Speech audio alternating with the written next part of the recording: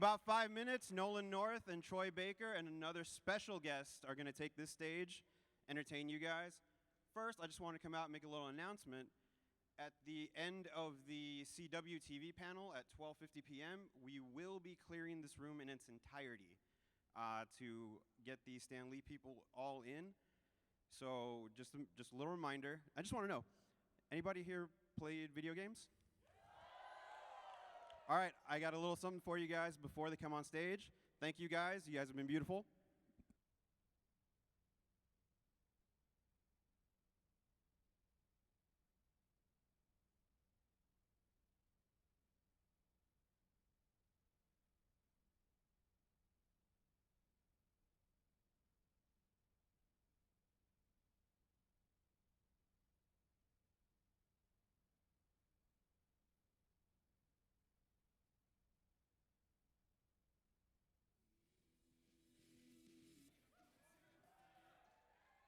Welcome, day 2, Planet Comicon. My name is Jason Hahn. I'm the editor at sci-fi4me.com. Most of you probably have never been there, so take out your smartphones right now and go visit that website. Sci-fi4me.com. We are an online magazine covering things like this. We're posting photos on Instagram all weekend, so go check that out. But you're not here to see me. You're here to see who you normally hear.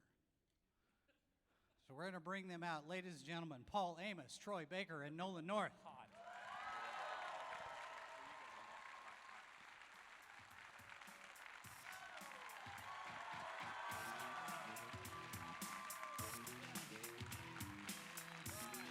Goodness, my goodness. Lovely. Where are we? What's happening? Barbecue town. Welcome to Kansas City. Thank you. A lot of empty seats. So is this Look at this glass half empty guy. is this your first time in Kansas City for everybody, or have you all been here before? No. Yes. I got Missouri. I married a girl from Missouri. Springfield. Hey. Yeah. So You married his wife too? Oh, you're the guy. Yeah, I heard about him. It's my first time to Kansas City.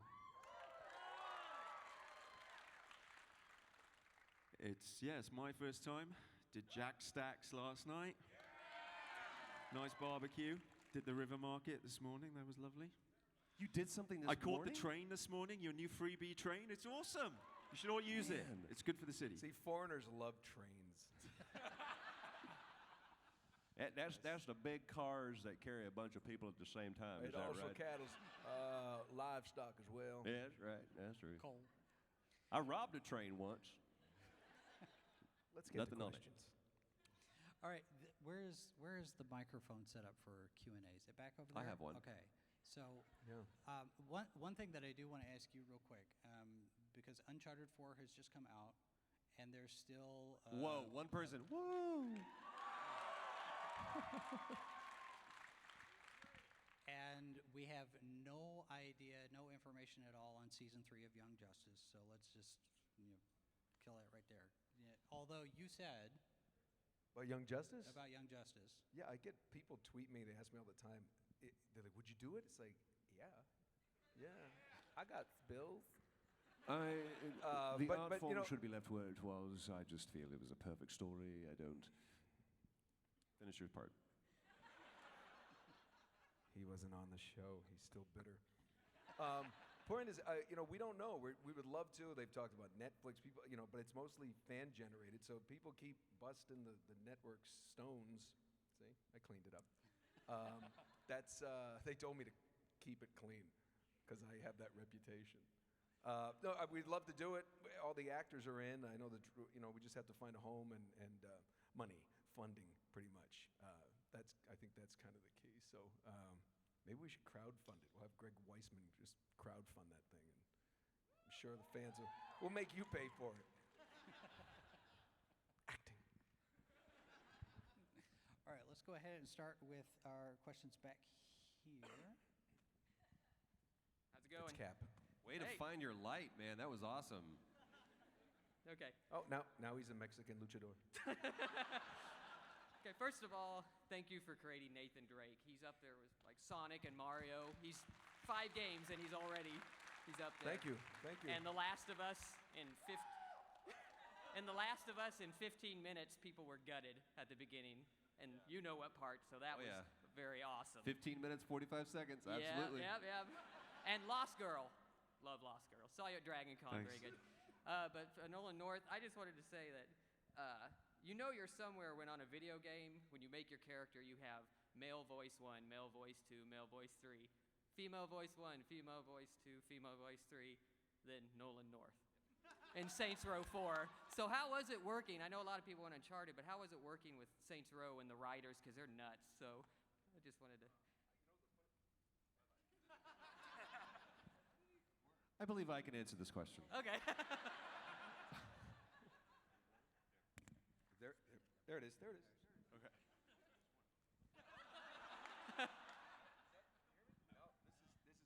No, purple is it.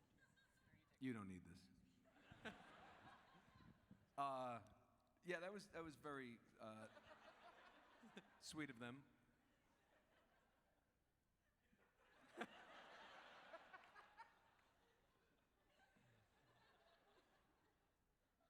And my name is Jane Lynch, and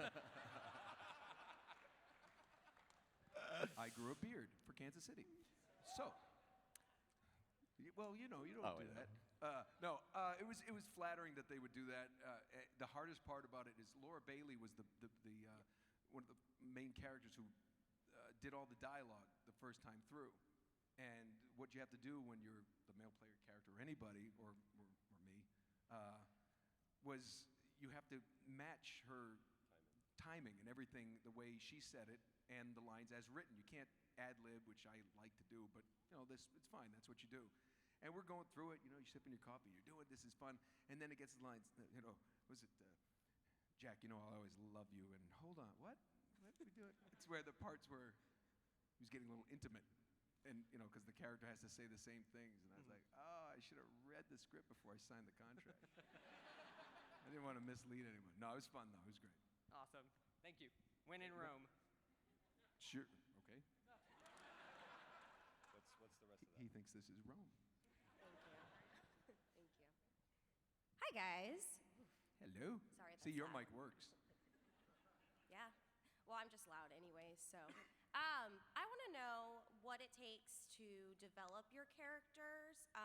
Do you get a chance to develop your characters, or is it kind of the creative team? How do you go about coming up with their voices? I'll kick off since Nolan looked at me awkwardly. Paul's the better actor. This is absolutely. See? See, it's an epidemic. I have a remote down here. I'm just going. Boop. Only my microphone Jesus will work Christ. today. All right, there you go. Clearly the cameraman had forgotten who I was anyway, because it's basically Just on pans Nolan over awkwardly. and Troy the whole time. And he's like, who the hell is the guy on the left? Cameraman, I'm going to kill you later. Shall I ask the question? I know, for me, doing motion capture, I've only ever done one game. We did 4 months on it, and it was a really interesting process for me. It was completely different. It was kind of like theater mixed with TV. It was like the perfect middle ground. And I'd done a lot of theater, and I'd done a lot of TV, so yeah, it was really fun. It's difficult because everything we were talking like backstage, everything that you would use in the normal process to build a character is not there. It's just completely stripped away from you. So it was a really, there's no way, you look like you're going out for a morning jog, and you're doing a character in Victorian England. So, our process was to have the actual suits rigged out with weights. We had special boots, so give it a bit of gravity and weight, which kind of helped with the assassins, because they had like really heavy leather. It would have been pissing down with rain in London at that time. Mucky, heavy, dirty, filthy. Do you have to warm up your voice? Do I have to warm up my voice? Usually I get smashed the night before. And then, it'll drop a few octaves, and it's awesome. Don't you ever have that? Every time I get a voice audition, it's like license to go out and get drunk. It's awesome. It's the best Good job in morning, the world. everyone. Nailed it. I Oh, would- this is better. This is better. There It's you just me. It's just me. Forget about these two guys. No, I do warm up my voice. I did go to drama school. I was classically trained, and I try and be a good actor at times. But especially when you're doing it for 4 months. Yeah, you can ruin your voice that way if you don't warm up. Now I'll pass it on. You, cameraman, you can move to just those two now. The only thing I would add to that is that there's like Paul said, there's different people that have different processes for this.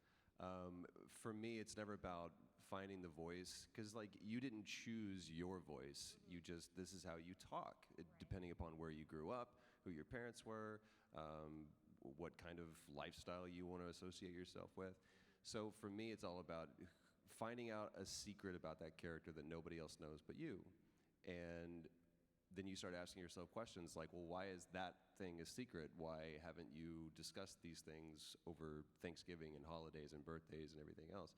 So I think for me, like with Joel for The Last of Us, there was something that I read in the audition side where it said that he has few moral lines left to cross. And to me, that became the codex for everything about that character, because that's a huge statement to make about a human. So for me, it's about understanding who the character is, and everything else just kind of flows from there. The voice, the way you stand, the way you move is different, and it's unique to that character. So I think that's what I try to focus on first, find the secret. Cool. Thanks, guys. Thank you. What does codex mean? Yep. Ding, ding. You are an idiot. Oh. What they understand. said. I have a question for Nolan North. I want to know how you felt when you asked to replace Peter Dinklage on Destiny. Oh, quite frankly, I didn't know Who when Peter I went Dinklage in was. that who Peter was. No, when I went in, I didn't know what it was for. We were just, they wanted to see me, and we were running through lines, and I hadn't played the game, and my son had, but I didn't even know it was.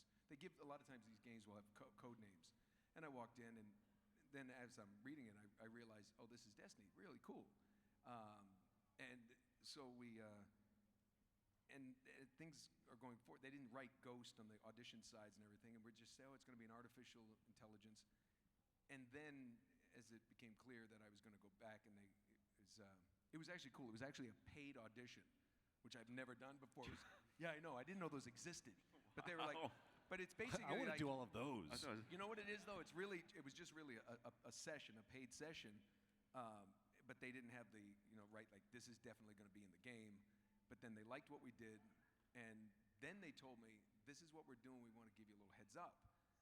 And, I was like, oh, okay, well, what's the problem? And they had there's a number of different reasons. I think a lot of it is just his schedule is very difficult. They shoot that in Northern Ireland, and he's busy. I don't think he's sweating it too much. But my son and his friends like Nolan Bot, so they're happy with it. Or Nolandroid. I thought that was a cute one somebody came up with. But it happens all the time. The scariest part is when they told me, after we did Taken King, was what I did first, when they said, okay, we're going to go back and we're going to re-record all the lines and we'll just plug it in. What? You can do that? And they said, yeah, it's a live game. So basically, everything that had been done up to that point, 2 years of work or more, just it changed everything, because now I go, wow, I got to stay on my game. Or somebody could be like, hey, did you play the new Uncharted with, Troy Baker as Drake? Oh yeah, they just ripped out all these crap. lines and See, went it's in. not bad. It's not good. But it happens. I mean, like we can go back to the Darrens on Bewitched. I mean, it just happens. And, I mean, if he was out in the press being all upset about it, and it wasn't like you're placing somebody for like Metal Gear, like I wouldn't do that. Yeah. I just don't see how that, I didn't, well, let's get that out of my mouth. But the truth is, I really like David Hayter, and I thought he did a great job. And anyway, and that was like an iconic character. So this was just size up Guardian, do something different with it. And it was just we weren't trying to match, just put my stamp on that. And my kids like it, so. Yeah. Thank you. So many things I could say. You know what's going on. I got terrible things in my head. It's the Rolodex of like, You have no idea the horrible things I could say. Just wanted to say. See, he's got the shirt. Yeah, I'll say I'm a big Destiny fan, big Booker DeWitt fan. I have a question for Mr. North. Last year you said Amy Henning, who's working with Visceral Games right now, is making a Star Wars video game like Uncharted. Can you give us any more details about that game? I don't know anything more. I know that I'm pretty sure it's going forward, but I really don't know anything just yet. If she's doing it and she's watching, call me, because I'd love to be part of it. But we'll see. I don't know. God, it sounds like I'm evading, but I really don't know. I just fingers crossed. And whatever she does, it'll be great. So. All right. Thank you. Sorry, I wish I had more. I like your shirt though. Mr. Baker, oh, hello. I was wondering, you mentioned the 15-minute mark in The Last of Us. Any way chance you can tell us what it was like to do that? That was probably the worst day for me and the best day for me as an actor. Can you go into more detail? Sure. Sorry.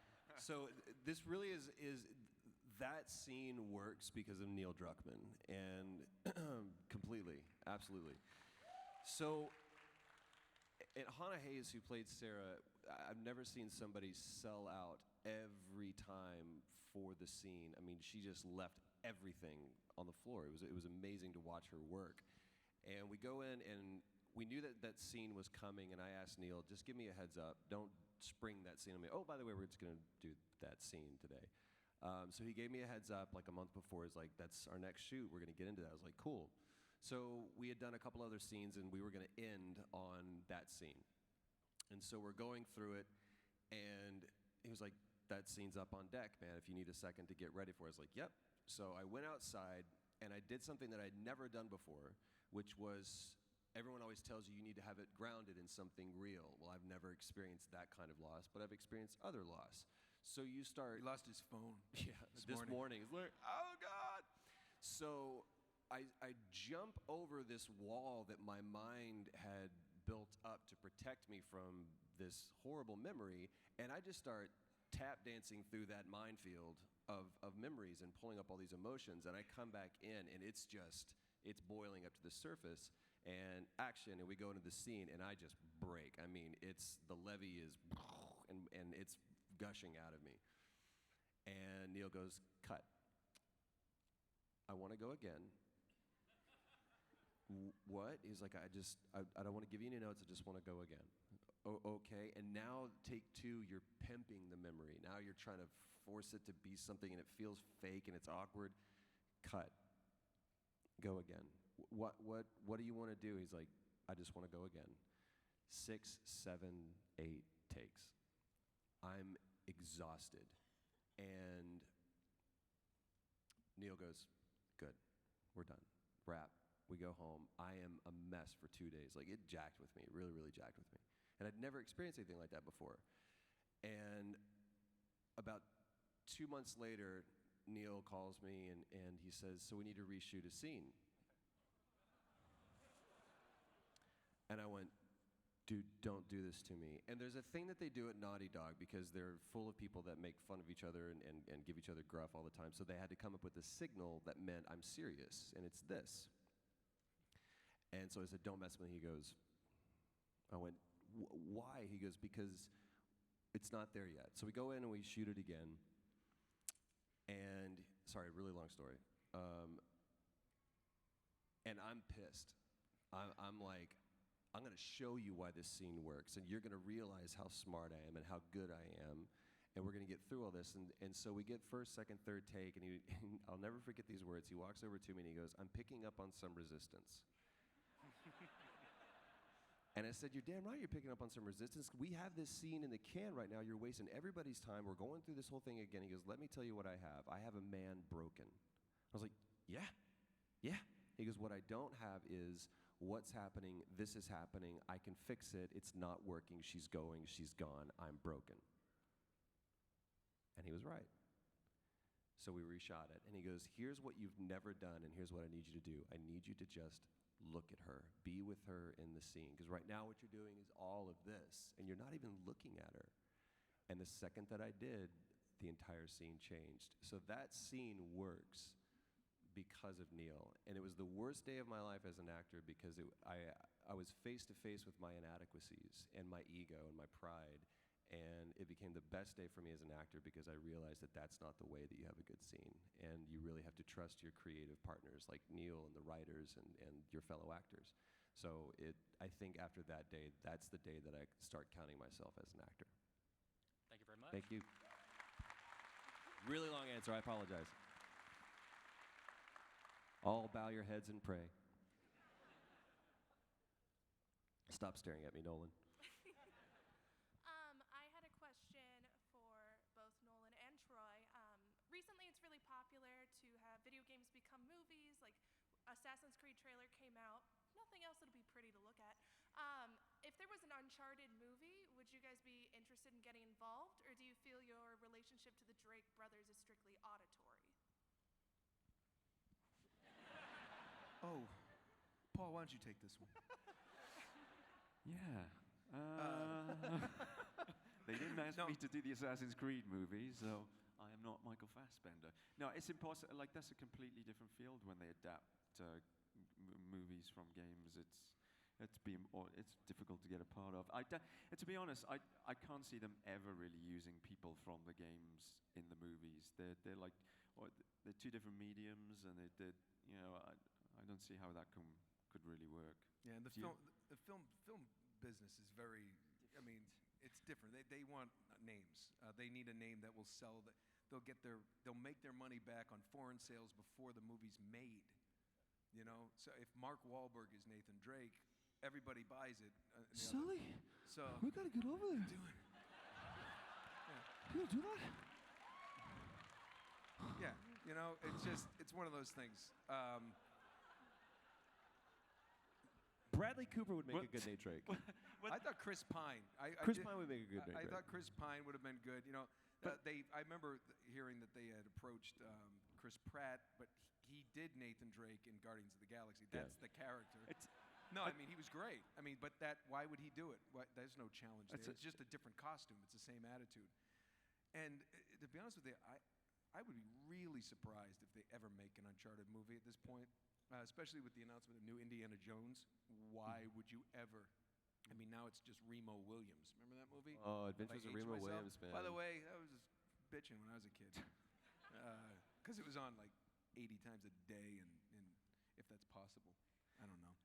Sometimes wrong with my thoughts. I go off. It's a dream. I have claws. Point is, I like the idea. You know, it's very rare that a franchise. I think the Assassin's Creed movie could be really good. I think I've always kind of liked the idea. Why don't we take movies and turn them into games? Yeah, Go the other way. My favorite thing is that with the lack of female-driven stories in so much of television, film, games, everything, I always thought Kiss, the girl with the dragon tattoo, would be such a cool game, and I would want to be Michael Blomkvist or, you know, the heroine, Elizabeth Salander. No, but I think that would be intrigue, gunplay. I mean, that has all this stuff, and you know, you get it could be a really cool thing. I'd say it kind of goes the other way. It's like they put movie stars into the game. So like I was basically Hugh Jackman in the new Assassin's Creed. I think you kind of looked like Gerard Butler in The Last of Us. You know, it's like they almost sculpt the character. They do it in reverse. It can't ever go the other way because no one ever really knows who we are. Or they do, but you know what I mean. It's the facial idea of it is always under 80%, so they don't have to pay us millions. I don't think it'll ever reverse, but who knows in the world of technology and everything else in 3D, who knows? I'll say this, for me as a gamer, I think the closest thing that games has to a sibling would be where TV is at right now, because especially with like the advent of binge watching, we want like Game of Thrones, we want to invest in these characters. We don't want a 2-hour experience. We want a 20-hour experience. We want to spend time with these people and watch them grow and watch at our pace and be able to. There's friends of mine right now. There's like, we're starting this show called Game of Thrones, and I'm so jealous that they have like 60 hours of content to go back through. I was like, I would love to be able to have that. My thing is, if you can translate that into a movie, great, because these are fantastic stories that we're telling through this medium. But how do you can tell the story, but I don't think you can give the experience, because 12, 15, 20, 40 hours, that's why you put the controller down when the credits roll and go, oh my God. Can you condense that down into 2 hours? And if so, is it this weird, abridged, really kind of neutered version of the story? So for me, I would want more, less than a movie or a feature film. I would love to see some of these things being told as TV shows. That's like, I don't know if anybody ever read Why the Last Man, but Why the Last Man was in development hell for forever. Yeah. They kept trying to make it a movie, and finally they're like, no, this needs to be a show. I'm like, yeah, because it covers the span of like 6 years. You need all the arcs for that story to be what it is. So I'm not really worried about the feature film thing, but I would love to see some of these things go into TV show format. Yeah, that's so true. Like Star Trek's a good example of what you're talking about. You know, in terms of like the TV show, it really works because you tell this long arcing, beautiful, moralistic tales of everything. But you do it in the movie, it's very different to have the same connection. For me, Star Trek in the movie doesn't have that same connection that the series does in all its formats. And that's the beauty of TV, and that's why so many people are gravitating towards television right now, because you can tell those long arc tales. You can have those beautiful moralistic stories every single week that you tune into, and as an actor, it's just a beautiful thing to do. And you know, in movies, you don't get it in the same way.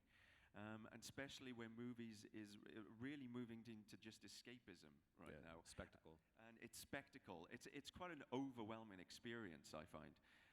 And I think that's what people get with video games too. And it's always incredible to meet the fans, and they've just spent God knows how many hours with you on this huge tale.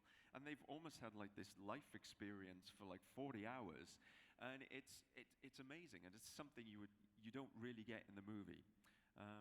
So yeah, I think video games into television series would be, and when we were filming it felt like that. Yep. Every sequence in the game for me was like episode 1, 2, 3, 4, you know, and that's how I approached it when we did Creed. But yeah. You guys are asking great questions. Thank you so much. Thank you, guys. Thank you. Wonderful. The answers are lackluster, long-winded. The sneaking suspicion. This question is for Tell Paul. me if there's one for me. Could somebody ask me a question, please? Does anyone know who I am? What is your guys' They put me next to George Takei, so and Manu Bennett. So if any of you just feel like standing in my line, you don't have to buy anything, but just make it look like I'm as busy as them. What is your guys' favorite character you have ever voiced? One more time, love? Favorite character you voiced? Go.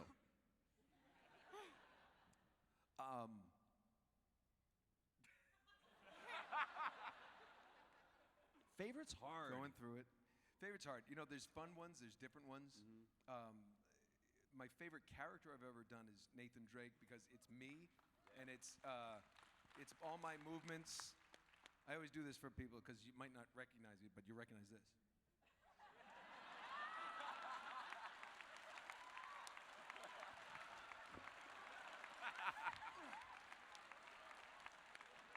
So that was my favorite one to do. But I started, when that became really popular, a lot of people were like, oh, he does the same character. Assassin's Creed, it's just like, it's Nathan Drake with, Desmond Miles was Nathan Drake with an attitude. He's like, my name is Desmond Miles, and I'm really depressed. And everything. I got to get out of Abstergo. And then they got him out. They did. Permanently. Kill me. But you know what? Arkham came along, and I got to do the Penguin. And I got to do that voice. And I think that's one of my favorites, because people didn't know it was me. And it's just fun. And when a British developer lets you butcher that accent, Spot on. So that one's really a lot of fun for me. So that's probably one of my favorite voices to do. But the character, because Nathan Drake was so involved, 10 years. 10 years. Go. For me, my favorite of his is David from The Last of Us. I want to know your favorite. I know, You. but I'm chiming in too. You really think I'm going to say David to a little girl? That's right. My I think favorite's that David David. would definitely love a David little from girl. Last of Us. Now, why don't you run, Rabbit? I want you to run. Tiny little pieces. Tiny little pieces. For me, like there's take like 5 people and put them inside my head. The Last of Us was such a monumental thing for me because it was the first time I was in a Naughty Dog game. We knew that it was going to be a watershed moment for gaming, and for me to be able to do that character, that makes it a favorite. Being a huge Bioshock fan, Booker DeWitt was like, holy crap. But then being able to do not only the Joker, but to really try to be like a young version of Mark Hamill's Joker for me, because that's what really made me want to do this, is rushing home every day from school, watching Batman the Animated Series, and I would tape, like VHS tape all of the episodes, and I remember pausing it going, Andrea Romano was the voice director. I want to work with her one day. And then Kevin Conroy is Batman. It'll happen. And hang in there. I have her number on speed dial. And then Mark Hamill's like, that's not the same Mark Hamill that's Luke Skywalker. But being able to, I remember going into the audition, and you weren't auditioning for the Joker, you're auditioning for this character named Jack. And I looked through and I was like, okay, well, that's from Arkham Asylum, that's from Batman the Animated Series, and this is the Killing Joke monologue. And I had no idea if I was going to get the gig or not, but I knew I wasn't leaving until I at least heard that out loud, because it's one of my favorite pieces ever written. And so they were like, do you want to start with one of these? I was like, can we go to page 7 and do the Killing Joke monologue? And I just went for it. And for me, it had nothing to do with validation. It had everything to do with me being a total nerd kid. I didn't want to be Batman as much as I wanted to be the Joker, which says a lot about this. So yeah, it's hard to pick your favorite, dear, and you've been standing there an incredibly long time, and you're incredibly long suffering. But it really it kind of depends on the role for me. What about you, Paul? Favorite voice, if that's the question. My favorite voice ever to hear was Richard Burton. Richard Burton. He's way before your time. Welsh. He's Welsh. Yeah, Welsh. another Welshman. But in terms of video games, I mean, Favorite voice that you've you done? guys basically do all the voices for video games. There's no one else. It's just the two of you. Yeah? 98%. I got kids. Yeah. His parents out there. I don't know, favorite. You little things are expensive. College. Oh my God, I'd have a plane. Good? I didn't have kids. We're good. Thank you, love. It's a great question. Thank you. Thank you. Give her a hand. She's awesome.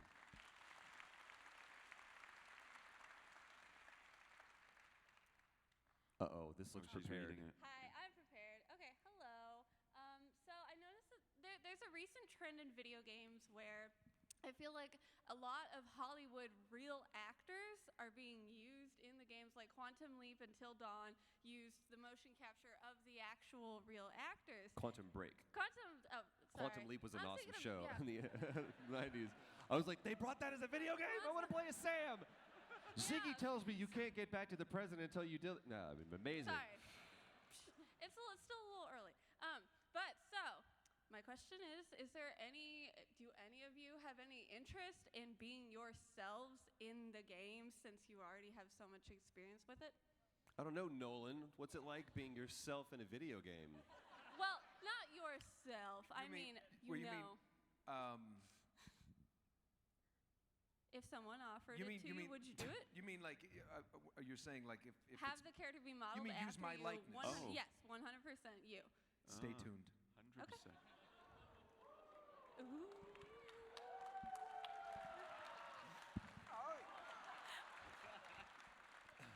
I didn't think I could hit it from here. I've been fortunate enough to do that a couple of times, and it's really interesting. Like we did it for Infamous Second Son with Delson Yeah, Rowe. Delson. Mhm. Yeah, it was awesome. Team Blue, by the way. And then we got to do it for Call of Duty Advanced Warfare with Kevin Spacey. And it's interesting because there's something about the anonymity that I actually do enjoy. I like being able, I like when people go, that was you, as opposed to, that was you. So for me, my job is to hide behind the character. My job is to have the character out front and have me be secondary to that. So it's kind of like, I want to be more like Daniel Day-Lewis or Gary Oldman. I didn't know what either of those guys really looked like for years, because I just knew them as the characters that they did. So that's kind of the template that I like to use. But it is fun, it is interesting, and it does actually, from a technical standpoint, it gives you a lot more freedom to make the character more your own, because it is you. You're not having to match that to a predefined character model. I feel that the likeness in the game of Assassin's Creed was actually really like me, and I should have a legal case against Ubisoft because it's over the 80% and they owe me millions of dollars. It's a weird one. Actually, when I played the game, I actually could see myself in the character, and it was a kind of a weird thing. I don't know about you guys, your guys' characters, but I felt like in our game, it was pretty close. And Yeah, I well, actually could see the character that I was creating, but I could also see certain definition in my face and definitely posture that was very much me. And I think it was more because, like, when we did Creed, we went more for comedy, which from playing a lot of video games, you don't usually get a lot of comedy in the cutscenes because it would have been difficult in the past because there wasn't the technology to get nuance in the motion capture and facial recognition. But I felt when we entered into that project, it was doable. So one of the main things that we did was to try and go with comedy. And because we went so far into that, I could see all the nuances of my facial expressions, the things that I use, because comedy, you kind of have to almost use gimmicks within yourself to get away with comedy. And I could see myself. And the legal case is pending. Okay. And I'll never have to do voice work again if I win, thank God. Or anything, really. Or anything again. 4 billion corporation at mine. Well done. Good question. Okay, well, thank you. Thank you, love.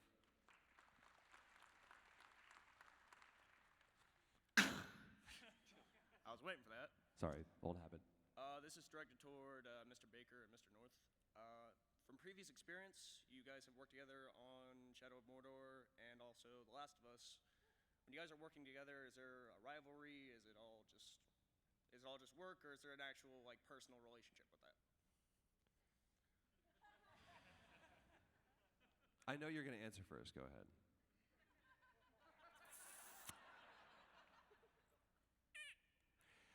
We don't like to talk to each other. There's no rivalry. Let's just get this. There's plenty of questions. No, we sit, we'll have dinner, we laugh about this. The fact that there's plenty of work for everyone, and let's face it, I'm going to get it first anyway. But I'm also going to die first. Yeah, it's true. So If it I have balances out. anything to say about it. No, we don't necessarily always play the same type of characters. So Try not to. There's never really and again, it's just,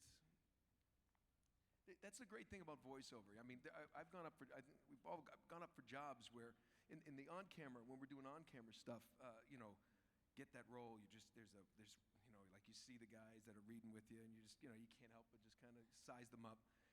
In voiceover, I remember I went into a session one time, and I'm looking at the sides, and like, you ready to go? I'm like, yeah, you need Brian Bloom. Yeah. And they go, oh, the directors said, you always do this. And the producers are like, what'd you say? I said, I'm just going to do my Brian Bloom impression. You should get him. Yeah. I mean, he just kind of talks like this. I'm going to do the same thing, But I'm doing an impression of him. And I said, you really should get him. And they looked at the director. She goes, he's coming in at 2:30. I'm like, yeah. I said, I'll give you my take. And he said, well, here's another character you can read. And we ended up, and he actually ended up getting the role. I was right. But there's always the next cartoon. I mean, there's always the next game, interesting character. And I'll hear him doing something. I can't imagine. He did Joel. It was great. I mean, his stuff in Bioshock. I love that. It's like, it's really, the thing about it is the people in voiceover, it's probably the nicest group of people because you're really fans of everyone. Yeah. I mean, you're fans. I remember the first time I got to work with Frank Welker on Transformers and Peter Cullen. And, I'm sitting there ready to go, what are we going to do, Optimus? And then over to my left, like right there, he goes, Autobots roll out. And I was like, he really I was a said kid. it. I was 8 years old. I was like, oh my God, he said it. And I said the line to set him up for it. It was the coolest thing. So we're fans of each other. So I look forward to seeing what he's doing, and no, it's a really cool thing when you have a shorthand of with the actors that you're working with.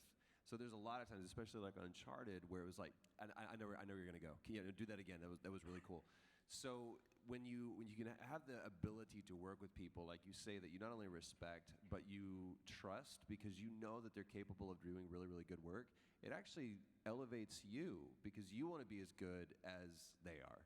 You want to come up to their level, and you become more invested in the characters, you become more invested in the project. So no, it's fun to banter back and forth and make people think that there is this rivalry, but there really isn't. This is one of the people that I look up to the most in this business. So. All right, thank you, gentlemen. Yeah. True. Yeah. No, yeah.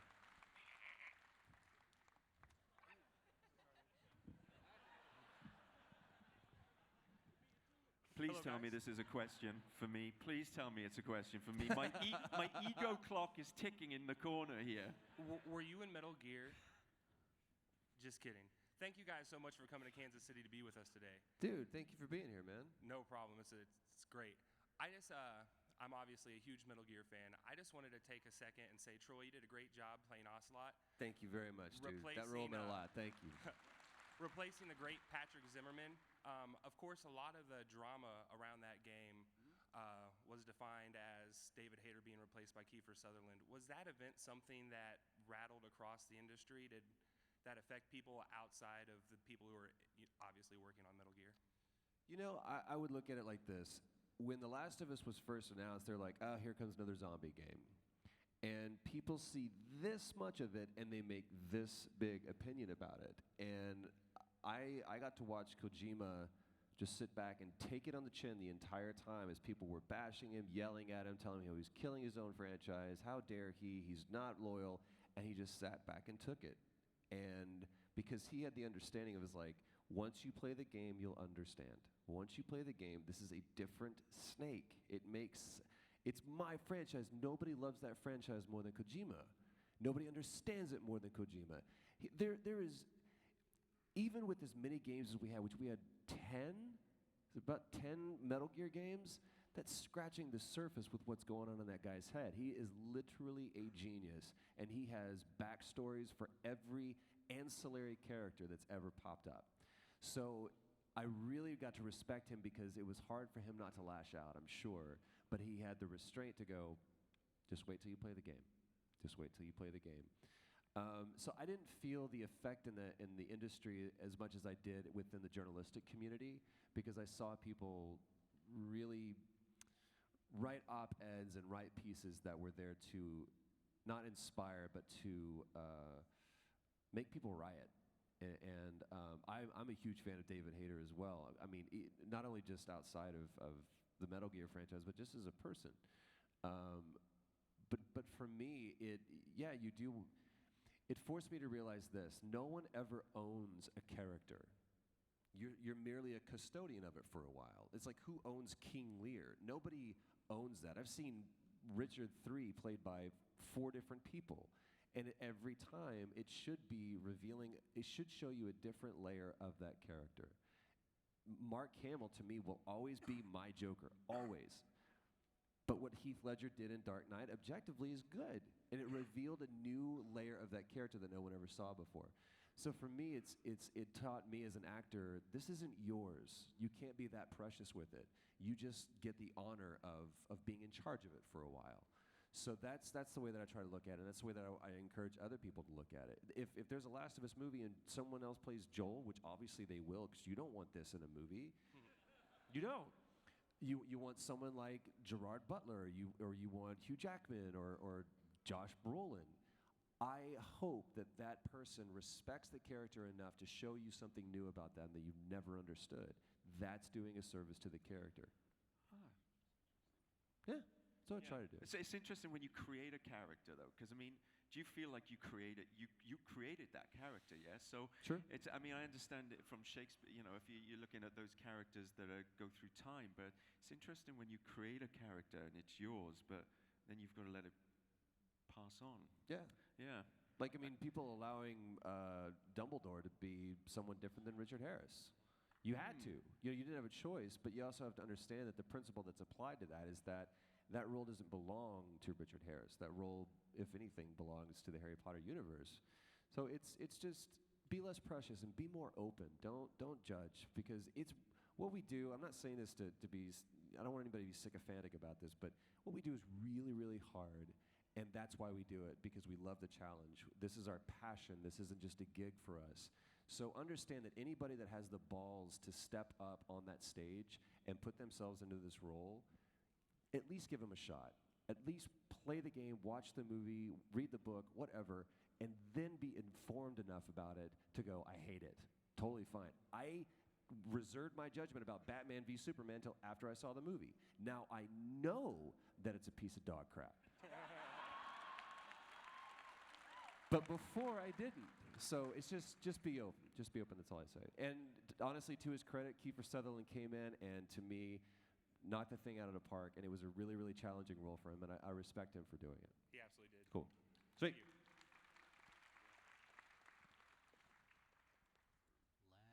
Last question. No, Hey, sorry. the camera What's going pans on, away from gentlemen? me. First of all, I want to say that I truly respect voice acting. I think you guys are, I don't care what people say, you guys aren't real actors. You guys are real That's right. actors. To me, video game is probably the best form of storytelling because the interactiveness, the experiences we walk away with. So first of all, respect to you guys. I love what you guys do. Please keep it up. My main question is, oh, look, you too. My main question is, when stepping into a character like you did with the Assassin's Creed series after the debacle that was Unity, and like you stepping into Pagan Min and the controversy surrounding a character that some people deem racist, but they don't play the game. Like building on your last thing, play the game first, and then how do you be creative while combating the negativity in the industry? Because I feel like people just want to throw, because Twitter, just Twitter. What negativity in specifically? Well, Pagan Min, the poster came out, and Pagan Min was obviously a racist because he's a white guy in an Asian country. He held a grenade over an Asian guy, and you stepped into the assassin. I'm sorry, I'm bad, dog. I don't know your name, but you look good in that shirt. It actually happened. It actually happened. Amazing. I Real love that, life. dude. I love the honesty, bro. I That's know, amazing. I have no well idea done. who you are. I'm not gonna lie. I'd love to. But yo, and honestly, Jacob was a dope assassin. Probably my second favorite, because no one's gonna beat Altair. Just being real with you, dog. But Jacob takes two. Yeah. Like you step into the Assassin's Creed series, and like Unity was bad. Like faces gone. No, what happened? But then you actually revive that. You revive that series. I mean, say what you want. Jacob and Evie are amazing assassins. I played as you just because assassins are sneaky and you kick in the door, throw barrel shotgun to the face. How do you step into a franchise that's going through something like that and still be creative and be yourself, and then combat the negativity that is Twitter and the internet and Tumblr and whatever else happens? That's all you. Go, baby. Great. I Go, got baby. that question. Yeah, you wanted one. You got it. Awesome. I was going to jump down and ask you tell myself me where a babies question, come but from? no, I got Oh, that. I'm sure Troy has an answer. Yo, can I get your I name? don't know. What, jumping into a franchise that's been long running? Yeah. And I don't know. Do I answer this seriously? Yeah, I loved it. I'd always wanted to do a video game. I was obviously I'm only ever going to do one. And I'd always wanted to do it. And Assassin's Creed was the one I kind of wanted to do. And I knew they were doing it in Toronto, and I kind of went after it. And I really, really, really enjoyed it. It's an awesome franchise, and I knew Unity was a piece of shit, so it was good for me. It was only going to go up from there, yeah, I had a great time. It was awesome. I don't know. I And, don't know how and, to well, answer and that also, question. in any time you see negative press and negative, it's not easy. But I kind of follow the philosophy of that if you're going to believe all your good press, you got to believe all the negative press. So you kind of just ignore it. I mean, at the end of the day, the check clears. And kids can eat. the real, like, I mean, you can say what you want, but there's a bunch of people out there that enjoy, if somebody who loves something I've done, thanks. If you don't, no, I'm sorry, then don't switch the channel, to go put a different game in or whatever you want to do. So it's not, negative stuff. It's just, just comes with the business, and you just kind of, oh, I hear that, and it's very rarely warranted. You're responsible for that performance that you give, and that's all you can control. Because I might go out, any of us might go out and do a scene, and you go home going, oh man, I nailed it. That was amazing. And then they'll cut that up, edit it, maybe delete some of that stuff, and then I've done, especially in television, I've done a bunch of different television shows. I'm like, oh, I can't wait to see this. This is really good. And they edit it. I'm like, that sucked. Why did they cut there? Why did they go? What is and you have no control over it until you see it. So that's where you learn when the director goes, just one for me. Yeah, can you do one for just me? give me. I know you've done what you want to do, but just give me one for me. No, and then they do it, and you go, No. nah, I don't know about that. And then they do it, and then that's the one they use. yeah. Hey, well, let's try this one as written. I'm like, Let's not write it better then. you mean poorly? I- Want to do this poorly? I will just tack on this to kind of make it a more transcendent thing, especially with Transcendent? social Jesus media. Christ. Take your nap. I get it. It's so easy for us to say negative stuff, and if you allow that to seep in and define you, if someone spews that kind of negativity, that's not revealing about you, that's revealing about them. And don't own that. That is their stuff to deal with. And typically it comes out of a place of real big pain, so maybe that can help you find some grace for them, for that. But for me, it's anything is going to distract me from the work, from the character. I'm not going to let it be praise. I'm not going to let it be negativity either. Because if I'm trying to get that BAFTA, if I'm trying to get that next thing, then I'm not doing a service to the character. So for me, it's deaf ears to that. And that includes people telling me that it's the greatest thing that they've ever seen. I appreciate it, but I have to focus on this. And it's the same thing for this. Just take a second, and instead of like sending out that horrible tweet about how you hate something or how that person's terrible, why don't you just flip that and just write something positive? Please, for the love of God, can we start doing that instead of negative stuff, please? God. So anyway, great question. Like Troy said, it's a difficult. When you get to the higher echelon of any profession, you've done a lot of work to get there. And it was funny. I took my 5-year-old to Justin Bieber the other day, and it was her first ever concert, and it was an amazing thing. And someone was like, "Oh my God, I feel so sorry for you. That Justin Bieber's awful." And I was like, "Okay, listen, you may not like it, but in any echelon, even Batman vs Superman, all that, these people work really hard, and it's really hard to get to any echelon. And if you are there, give somebody respect because they've worked hard to try and be good at something. And once you're trying to be good at something, that's all you're trying to do. So every time you write something nasty to somebody, they've worked really hard to try and get where they are. And they're only trying to be good and trying to entertain you. And if it's not your taste, move on to the next thing. Absolutely. But don't be nasty to people. Well said. Well said. Thank you. I appreciate the time. And That Justin Bieber album was fire, though. I don't care what anybody says. That Justin Bieber album was amazing. What just happened? Oh yeah, time's up. Yep. That's Beep beep. Is this? Oh, it's actually. Band is I playing. just don't know if that means we're about to It's actually explode or not. Yes. No. Yes. My ego did because I didn't really get a question. So. Oh, So that's the end of our hour. that's the wrap. That's Very the cool. wrap. Ladies and gentlemen, thank you very much for sitting in. Great questions.